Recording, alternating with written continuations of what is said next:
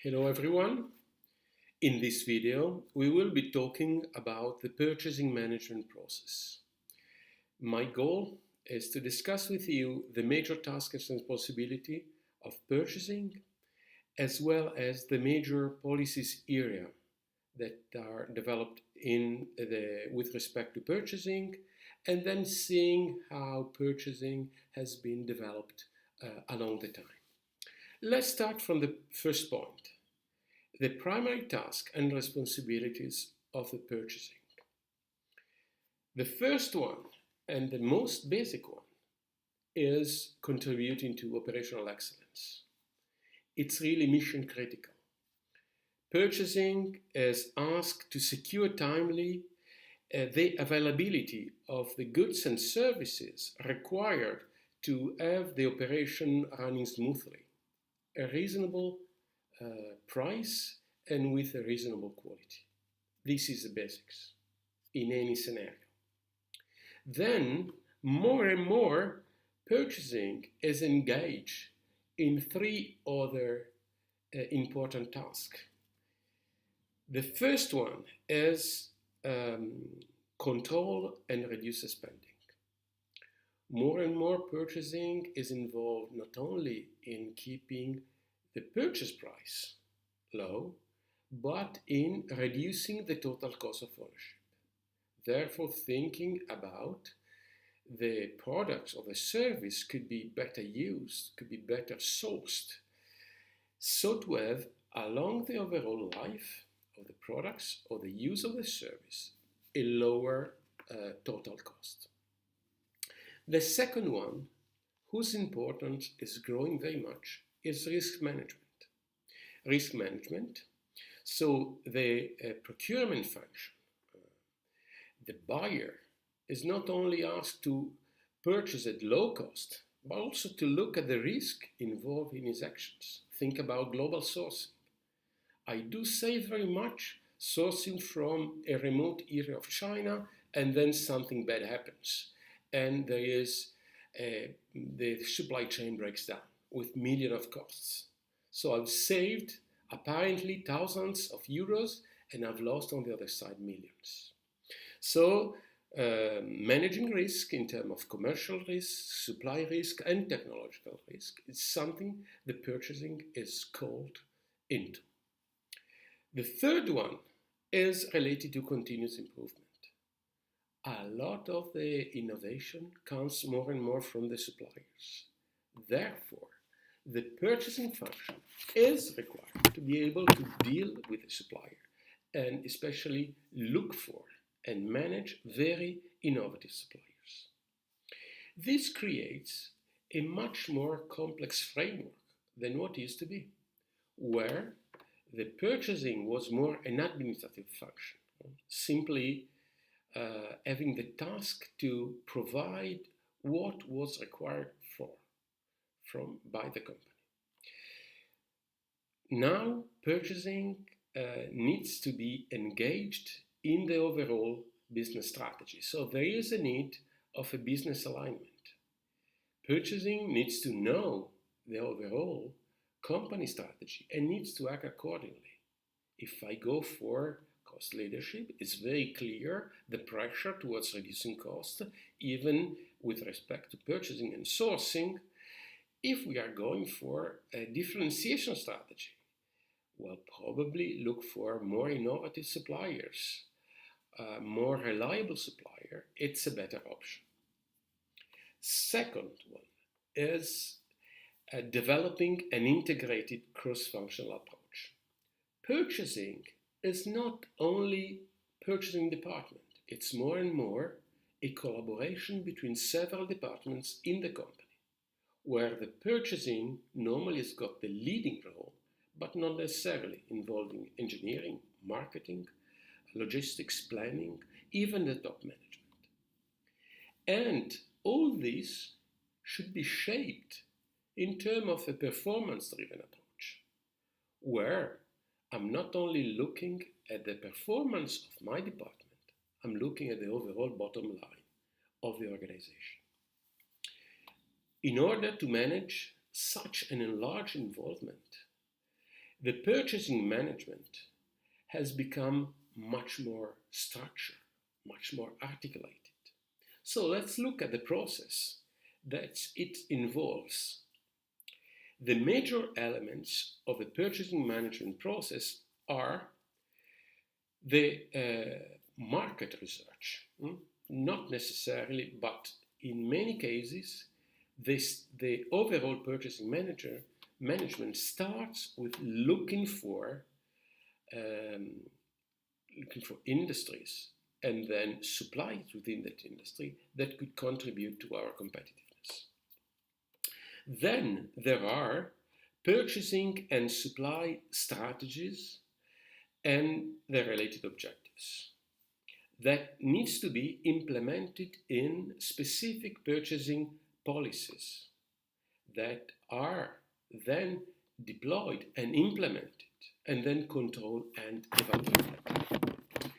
To give you some examples of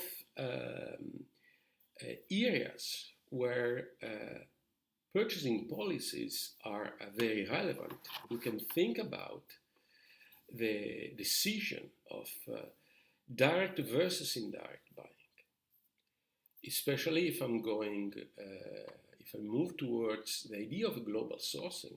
Should I buy directly from the manufacturer or should I use intermediaries? How much I should cooperate with my suppliers? How much I should have a centralized or decentralized purchasing organization? Think about a multinational having 20 manufacturing sites and 10 different companies across the globe.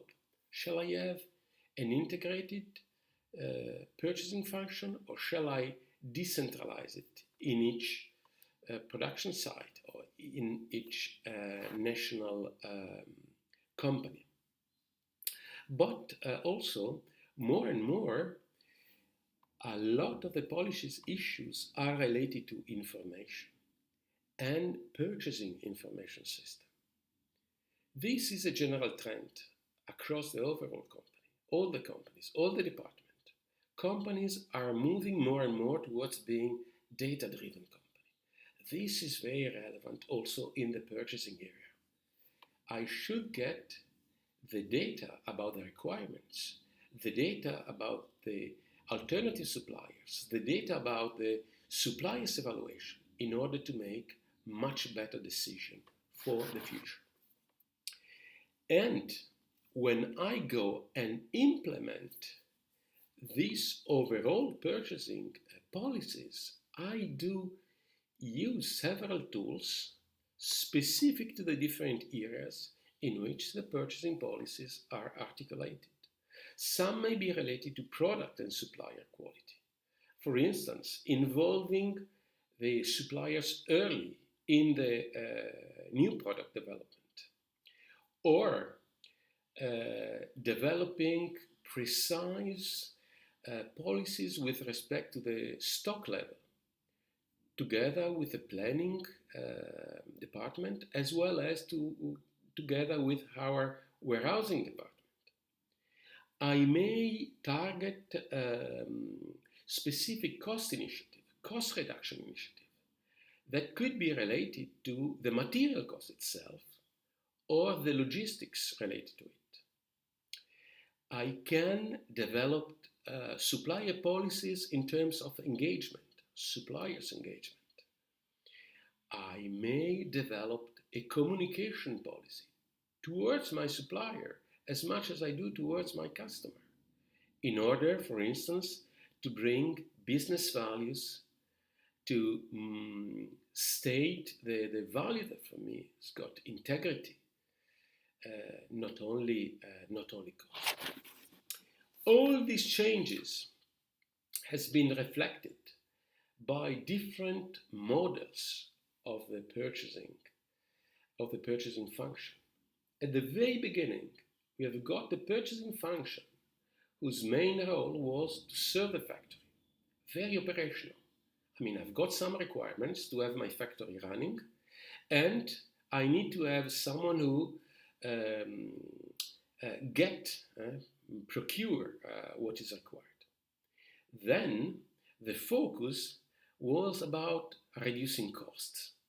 Reducing costs mainly by negotiating with the suppliers better deal. Then saving through synergies. Seeing synergies with my suppliers, with the logistic operators, and reduce cost. Reduce cost and synergies, putting all together with the use of the components, of the use of the service, has brought to the fourth wave that is stressing very much the total cost of ownership. Then the final two is looking at the supply chain optimization. So seeing my supplier as my partner and seeing that the only true source of revenue for everyone, for me, for my supplier, for my distributor, is the final customer. And the last one is the total customer satisfaction. So the value chain optimization, including also the customer in this overall view, and do what I can do best in order to serve my customer in the best way. So this is not only for marketing and sales. It's become also a significant target for the purchasing. These models has been developed in different stages, moving from a transaction-oriented purchasing function, where the key element is to find the appropriate suppliers. That's it. Then a commercial orientation, where reducing costs is very important. Then coordinating all our effort, and as a first step, doing an internal integration. Then taking the supply chain perspective, which means developing an external integration. And last but not least, getting fully the customer into the picture with a value chain orientation. So purchasing has done a long way since when it was a merely operational and administrative function towards what is now very related also to the company overall strategy.